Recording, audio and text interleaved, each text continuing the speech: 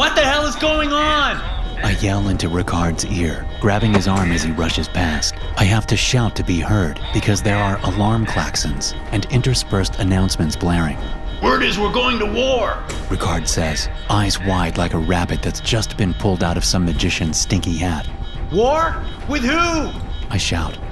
Foundation employees are running around us in all directions, heading to wherever they're supposed to be. I don't know, Amos. Ricard says. I'm just assuming from the announcement. Didn't you hear it? Our group needs to gear up and meet at garage level 3. I didn't hear the announcement. I had my fancy headphones on while lying on my bed. It was only when my dorm mate, Sharp, ran in that I knew something was up. I shake my head at Ricard. I'm off shift. Not anymore, you're not. Now let's go. We don't want to be the last to show up. I follow Ricard down the wide concrete hallway, dodging people as they hurry in every direction. All the doors along the main corridor are open, which is something I've never seen before, just like I've never seen this many people at once in the facility. Something really big must be going down. We get to the supply room, where the flurry of activity is even more pronounced. Men and women are putting on armor and filling their packs with essentials. Ricard and I split up to do the same. When we're done, we head into the next room in line, which is the armory. 4 Foundation quartermasters stand behind a metal partition. They're essentially in a big cage. The doors to the cage are open, and there's a line of Foundation personnel waiting to get their weapons. The 4 quartermasters work as fast as they can in 2 teams. One of them taking the name and number and putting it into a handheld tablet, while the other one fetches the weapon and ammo assigned to the Foundation Tactical Response Officers. I get in line a couple of spots behind Ricard, and we make our way through in only a few minutes. Then we move into the garage and double time it up to level 3. There are lines of transport trucks idling on level 3, half of which are just filling up as we get in line to board them.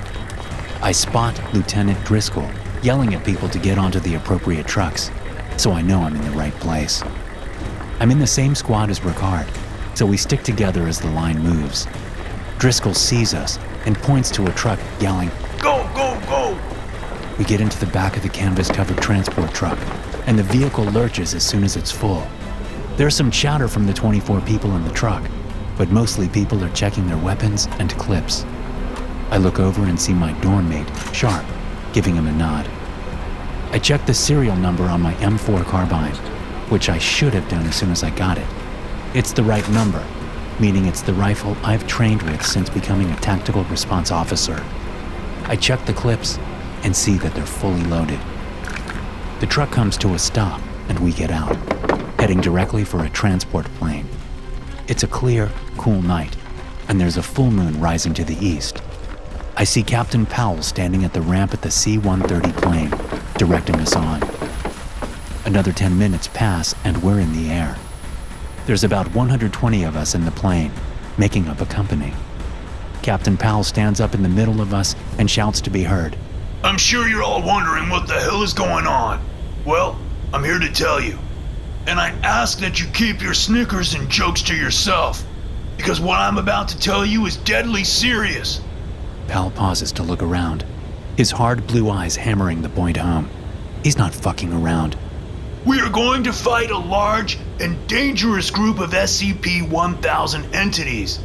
Those of you who take your job seriously will know that the layman's term for this entity is Sasquatch or Bigfoot. Little pockets of chatter bubble up around the plane's interior.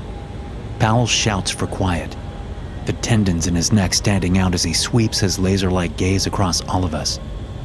Forget everything you think you know about Sasquatch, he says.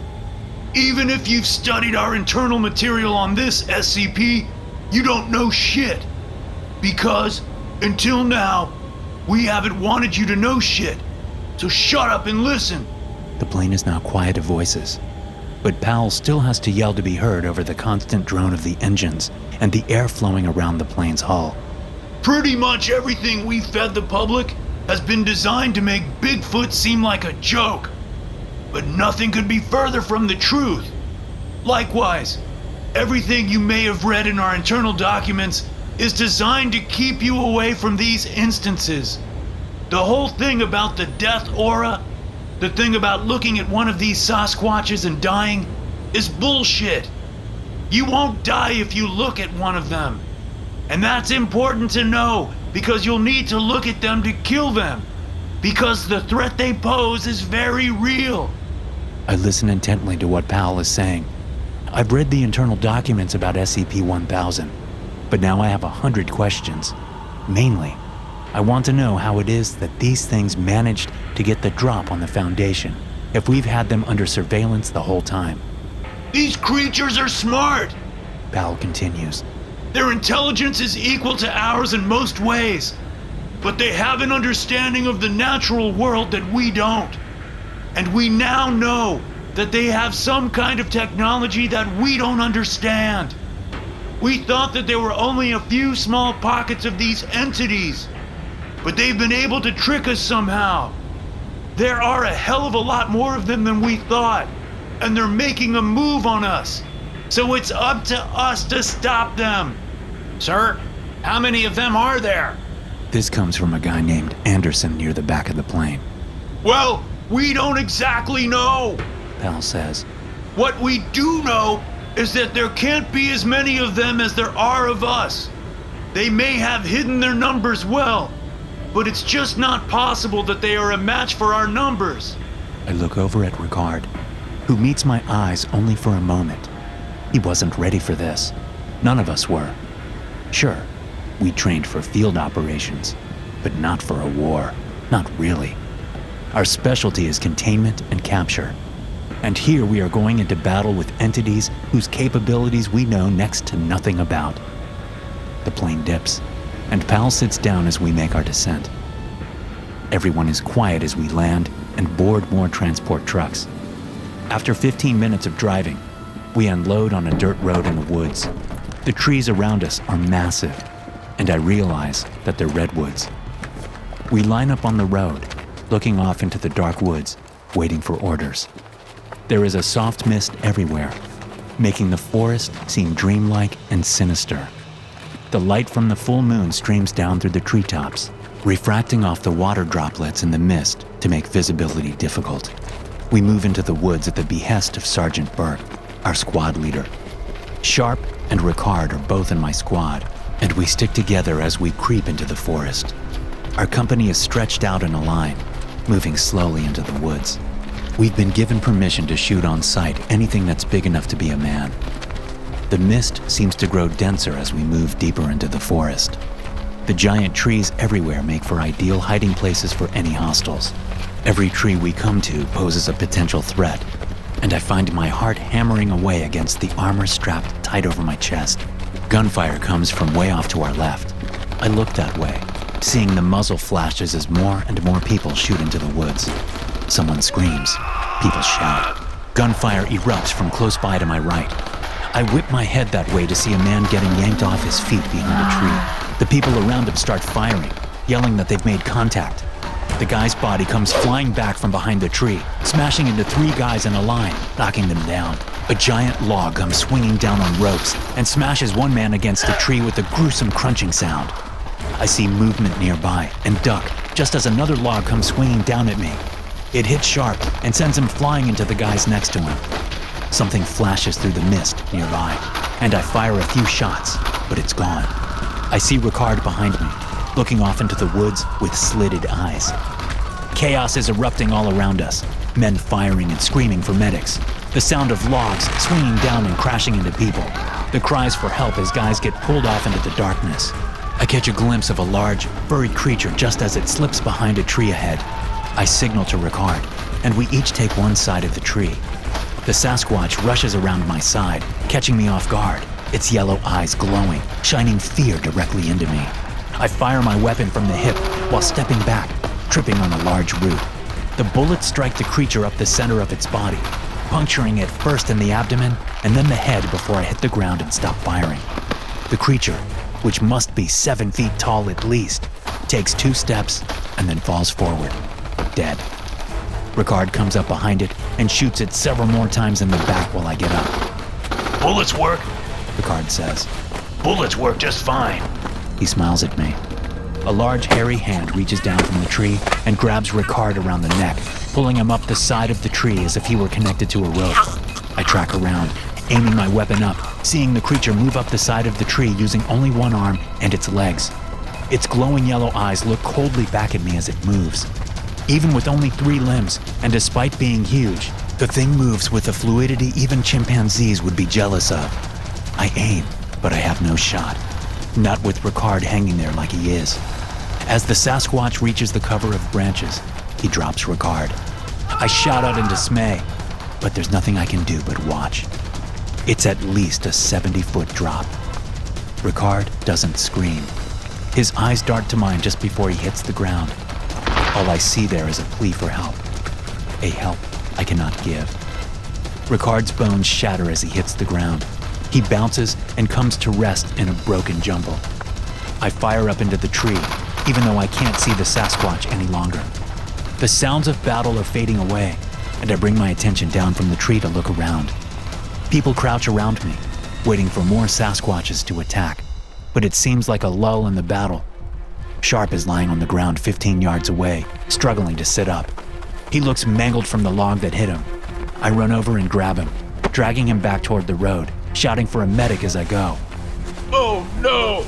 A man near me says, looking off into the woods. I look up and see ranks of large figures off in the mist. Their features are obscured by the darkness and the fog, but I can see the outlines of their heads and shoulders, and I can see their eyes clearly as if they're emitting light instead of reflecting it. They're the kind of eyes that are made for darkness. There must be hundreds of the figures lined up in the woods. Movement catches my eye, and I look up into the trees, seeing even more of the figures sitting on branches or clinging to the sides of the trunks like giant, four-legged spiders.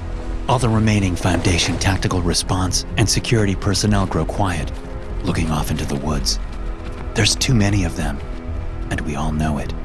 We don't stand a chance. On some silent command, the creatures move, rushing forward to finish us off. I grit my teeth and bring my weapon up, and I squeeze the trigger. I squeeze the trigger on my M4 carbine, spraying bullets into the giant hairy figures rushing through the mist at me and my fellow tactical response officers. Dead bodies litter the ground around me, and most of them are human. The Sasquatches are simply too powerful, too fast, and too comfortable in the redwood forest they call home. We're in their territory, and it's plain to see from their traps and the way they got the drop on us that they were ready for us. The fight hasn't even been on for 10 minutes now, and we're already taking heaving losses, and we're about to take more. I realize as my gun clicks empty. As I remove my spent clip, I look up into a tree just in time to see a hairy figure with glowing yellow eyes jump down at me. I try to move out of the way, but I'm just not fast enough. The Sasquatch brings one meaty fist down, smashing it into my helmet. I can almost feel my spine crack as I fall down, and I'm surprised to find that my neck still works as I look up from the ground. Somehow, I still have my M4 in my hand, and I reach for a clip in a pocket on the front of my armor.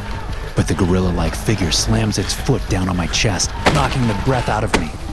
Its huge appendage conceals my clips, making them impossible to reach. It pushes down on my armor, slowly crushing my chest. I reach down and pull my pistol out of its holster, but the hairy figure swats at it out of my hand like a child with a toy. Looking around in desperation as the creature compresses my chest, I see that the few remaining SCP officers won't be coming to my rescue. They're being killed, their limbs torn off, and heads smashed. They're being bludgeoned with branches or simply crushed to death underfoot, like I'm about to be. The roar of engines and the subsequent squeal of brakes from the nearby road seem to give the creatures pause. The one crushing me looks up, and a second later its chest is shredded in an explosion of blood. The forest is suddenly filled with flying bits of wood as machine guns fire from the road, sweeping across the battlefield and killing many of the SCPs and even a few of our own men. My chest no longer being crushed, I suck in a welcome breath, hoping that I don't take a stray bullet. The thundering clamor of the machine guns fades away, and I risk a look up. There are a few Sasquatches running away into the dark woods, while most of the others that had decimated our numbers are dead. Crunching footsteps approach as I stand up. retrieving my pistol. A squad moves into the forest, looking for survivors. Sharp, my bunkmate, had been nearby. I search for him, locating his body quickly. His legs had been broken by one of the traps, but apparently one of the SCP instances had finished the job, crushing his head into sludge, probably with the single stomp of a huge, hairy foot. There's a black rage brewing in my stomach, its tendrils creeping through my entire body, filling me with anger. I look down at Sharp's body as I put a new clip into my M4. Then I step over to the downed Sasquatch that nearly killed me. It's at least 7 feet tall, with brown matted hair. Under its pronounced brow, its yellow eyes are still open. I point my barrel at its face and pull the trigger 4 times in quick succession, obliterating its ape-like features. A hand lands on my shoulder, a familiar voice asking me just what the hell I'm doing. Just making sure it's dead, sir, I say, looking up into the face of Captain Powell. For a moment, I think he's going to chastise me, but he doesn't. Instead, he tells me to follow him. We head back out to the road, where the newly arrived vehicles with mounted machine guns are parked. The men stand behind their powerful guns, eyes on the dark forest. Powell leads me up the road to a command vehicle. We step inside. There are a few other high-ranking officials around a table with a map. They look up as we enter.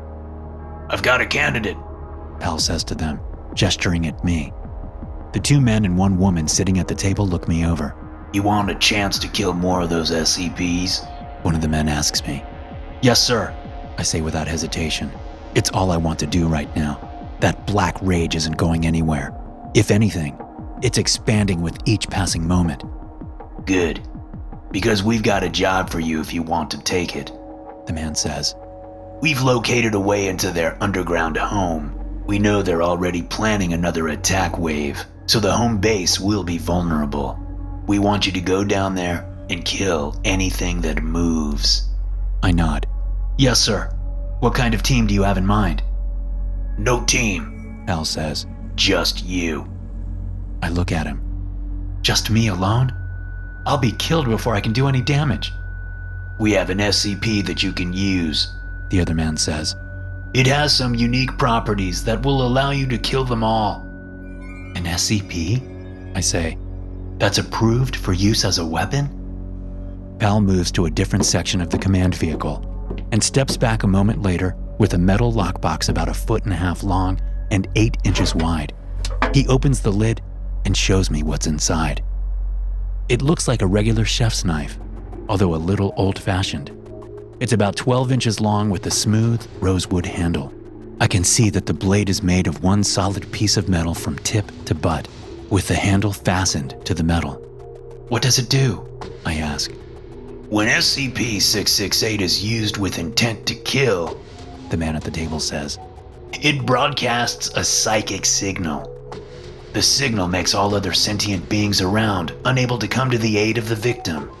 It sends a kind of forced apathy onto the surrounding beings. They'll just watch until it's their turn to die. The idea of using such an intimate weapon to kill who knows how many of these creatures has a certain attraction. I picture myself using the knife on the creatures who killed my friends, and the rage inside me rejoices. Okay, I say. I'm in, but why can't I have a backup team with me? Well, the man says, because it's a worry that whoever wields the knife will turn on any nearby agents once he's killed all of the SCP instances nearby.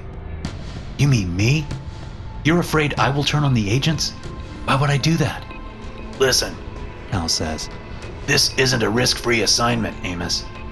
We may have to use some unpleasant, non-lethal means on you to get the knife away from you and break the spell. The fact is, we haven't used this SCP in the field yet. I stare down at the knife, suppressing the urge to reach down and grab it. If you don't think you're up for it, we can find someone else, the woman at the table says, but she says it with a threatening tone, as if she's daring me to refuse. Non-lethal means to get it away from me? I ask. Powell nods. What if these non-lethal means don't work? Then we'll use lethal means, Powell says. At least he's not trying to bullshit me. Okay, let's do it. Where am I going? I move through the forest south of the battlefield with a team of 10. Pal comes with us, the metal box with SCP-668 inside in his pack. We move quietly but quickly to an area next to an outcropping of rock. There are 4 other SCP operatives there, next to a large mound of dirt and some small pieces of equipment clearly used for digging. The team takes up defensive positions, while Powell and I talk to one of the engineers that found a way into the caves. Give us the rundown, Gerard. Powell says to one of the men. Not much to tell. Here's the hole. There will be some tight squeezes, and you'll want to take off your armor, but it leads into an area concealed by a large rock. Once you're in, you'll see the setup. It's actually very impressive. The entrance is at the base of the rock outcropping, and it's about the size of a manhole. It's nothing but a dark recess disappearing into the ground. Gerard seems to know what I'm thinking. You can use your flashlight most of the way. Once the tunnel widens out, turn your light off. Powell pulls out the metal box and hands it to me. Don't take the knife out until you're in the cave system. Yes, sir. I take off my armor and leave my M4 outside the hole, but keep my sidearm in my holster. Then I take the box in one hand and my flashlight in the other and crawl into the hole. At the beginning, there are some tight spots that I couldn't have fit through with my armor, but then the going gets easier. It's clear that most of the passage already existed. The SCP engineers simply needed to dig down to get to it. As the tunnel widens out and I'm able to walk in a crouch, I turn off my flashlight. I step out behind a large rock, just like Gerard said I would. The metal box set carefully beside me. I peek out into the cave to see what I'm dealing with. Impressive is an understatement. The place is massive. It's like a huge round honeycomb formation with an open middle, aside from 4 massive stone pillars that go from the ceiling just above the level I'm on all the way down to the floor, some 10 levels down. There are lights placed at intervals, allowing me to see the basic setup of the place. It's clear that they're not light bulbs or flames, but I can't tell what they are. They look organic. The placement of these strange lights leaves a lot of darkness into which I can't see. What I can see are dozens of SCP-1000 entities of various sizes and colors. All of them are busy with activities of some kind. They're on every level in recesses beyond the spiraling walkways that lead from level to level. From one side to another, it's probably 150 feet, and there are no railings along the walkways, just sheer drops all the way to the stone floor below. The smell of the place is pungent. It reminds me of the monkey cages at the zoo. My amazement fades as I see several Sasquatches sharpening sticks and creating rope for more traps. That black fury inside seems to tap me on the shoulder, reminding me what we're here for. I move back behind the rock and open the lid to the metal box containing the knife. Intent to kill, I think to myself. Closing my eyes, I remember Ricard as he fell from high in a redwood tree. I recall the terrible sound his snapping bones made when he met the ground. I think about the log that came down, slamming into Sharp, breaking his legs. I remember all the horrible ways my fellow SCP officers died. Clenching my jaw, I open my eyes and realize I have the knife in my hand. It's time to kill. I walk out from behind the rock, strolling onto the sloping walkway at the top level. I stop by a light and see that it's a collection of strange glowing worms. They move around in their circular formation, but don't seem to break out of it. Powell had said that these Sasquatches had a way with nature, so I figured these worms are one example of that. I move on. The first dark recess I come to is a passageway.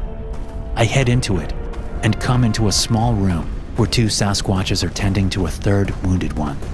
The 2 look up at me, their eyes wide and teeth bared.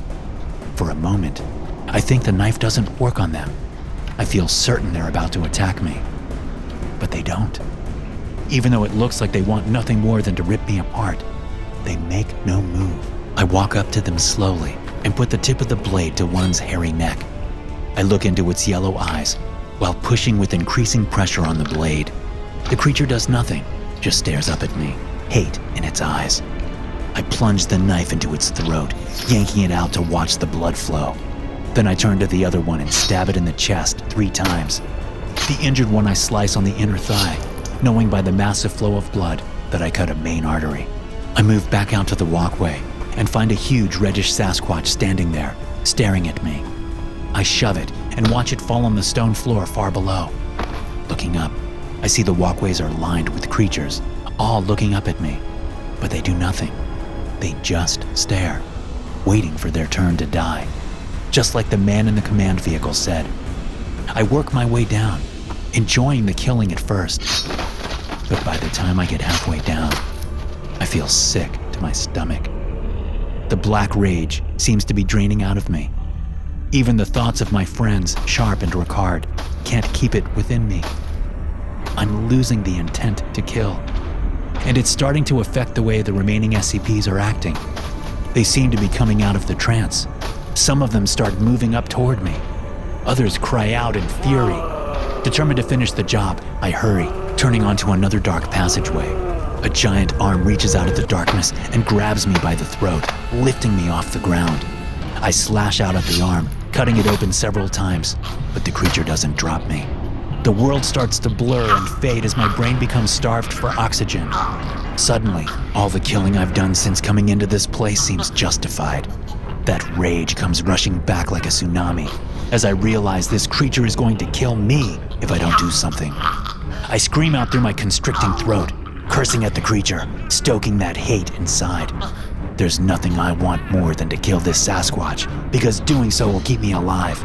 And that's the most powerful and primal urge I have. It's the need that drives everything else. The creature drops me. I scramble toward it and slice its hairy belly open, a grim smile on my face. I laugh as it falls to its knees, trying to scoop its intestines back into its body. Moving past it, I come to what I quickly realize is a nursery or daycare center. Little baby and young child Sasquatches stare up at me with big yellow eyes. My smile doesn't fade. I know the stakes now. When I make it back out of the hole, I'm still carrying the knife. The team is nowhere to be found, but I assume they're off in the forest nearby, their non-lethal weapons trained on me. The only person around is Powell, who stands back from the hole, looking at me warily. I'm completely covered in blood, and I've never been more exhausted in my life. I throw the knife down on the ground between us. "It's done," I say. "Get that fucking thing away from me." SCP-1000 is a nocturnal, omnivorous ape, classified in the Hominini branch along with General Pan and Homo. Adults range in size from 5 to 10 feet in height and weigh between 200 and 600 pounds. They have gray, brown, black, red, and occasionally white fur. They possess large eyes with good vision, a pronounced brow ridge, and a sagittal crest on the forehead, similar to that of the gorilla, but present in both sexes. SCP-1000 evolved alongside Homo sapiens, existing contemporaneously with proto-humans and humans in large numbers until 10,000 to 15,000 years ago, when an extinction event eliminated all but 1 to 5% of their population.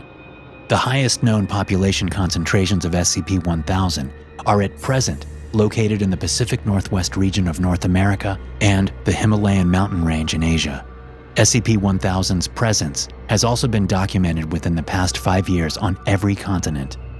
Due to recent events, SCP Foundation stations around the world have been alerted to the possibility of war with SCP-1000. It's unclear whether the recent battle in the Pacific Northwest region of North America was an isolated incident or part of an overall ploy to renew their population to the great society it once was, thereby eliminating humans. All Foundation members should remain on high alert while this investigation is underway. Hey guys, thanks for listening. Be sure to subscribe to the podcast for more SCP stories like this one. You can also check out some more episodes from the SCP Experience podcast here. I'll see you in the next one.